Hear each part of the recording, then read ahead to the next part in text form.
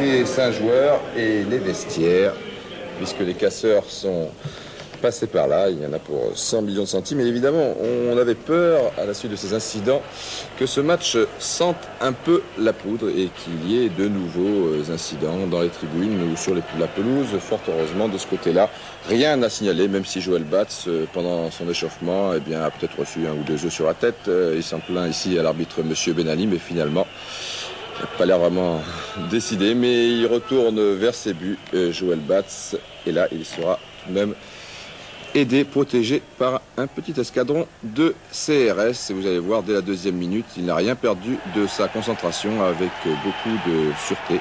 Il bloque ce centre avec au départ Joël Lefebvre et au départ l'OGC Nice, ici avec son capitaine Jean-Paul Bernat, qui a été une fois de plus excellent hier soir, et une équipe à l'image de Suzic ici qui glisse, de Paris Saint-Germain qui laisse passer l'orage, comme l'on dit, et qui se montre dangereux seulement sur cette action. Mais Medj avait bien couvert devant Vermeulen. Bernad pour Marguerite, qui a fait beaucoup d'appels de balles dans cette partie, toujours très rapide, mais là il tergiverse un petit peu. Il était passé, malheureusement pour lui, Lovitz était revenu, avait bien fait de poursuivre son action. Heureusement pour le PSG qui est ballotté là. Ici, Lefebvre rate complètement son tir alors qu'il se retrouvait assez bien placé. Vous l'avez vu à 10-15 mètres de Joël Batz. C'est toujours ces appels de balles de Gilbert Marguerite qui glissent aussi, décidément. Et qui va bien ouvrir sur la droite, mais décidément l'extérieur du pied droit de Lefebvre n'est pas vraiment au point. Le public siffle, ce sont des choses qui arrivent. Il faut plutôt encourager ici une bonne tête de Fabrice Medj, l'ange brun, comme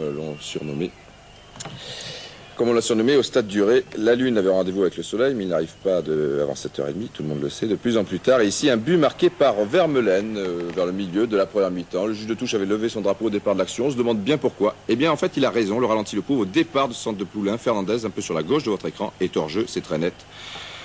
Derrière, les Niçois, ils sont tous derrière. Et Fernandez influence l'action, ô combien. Et Vermeulen marque, donc bien vu, monsieur le juge de touche et monsieur Benali, donc, qui annulera ce but du PSG. Nous sommes maintenant en 2e mi-temps et toujours Joël Batz qui boxe du point ici. Hervé Blanc, Medj, ce n'est pas terminé avec Massa et Marguerite. Ah, il fallait mesurer 1m90 pour reprendre ce ballon de la tête. Vous voyez que la défense du PSG connaît bien des problèmes. Encore sur ce corner, un mauvais renvoi de la défense, une tentative de Massa et Medj qui joue tout à fait le ballon, mais qui blesse au passage. Enfin, il est mal retombé, il s'est touché à la cheville. Joël Batz, évidemment, on a très peur.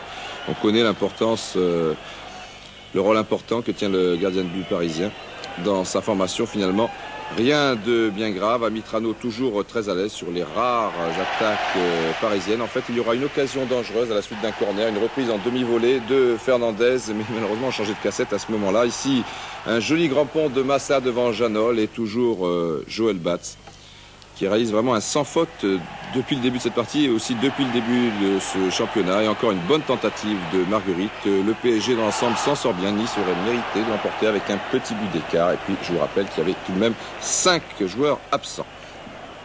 Vous avez été surpris, je suppose, par Nice qui était quand même diminué avec l'absence de 5 joueurs.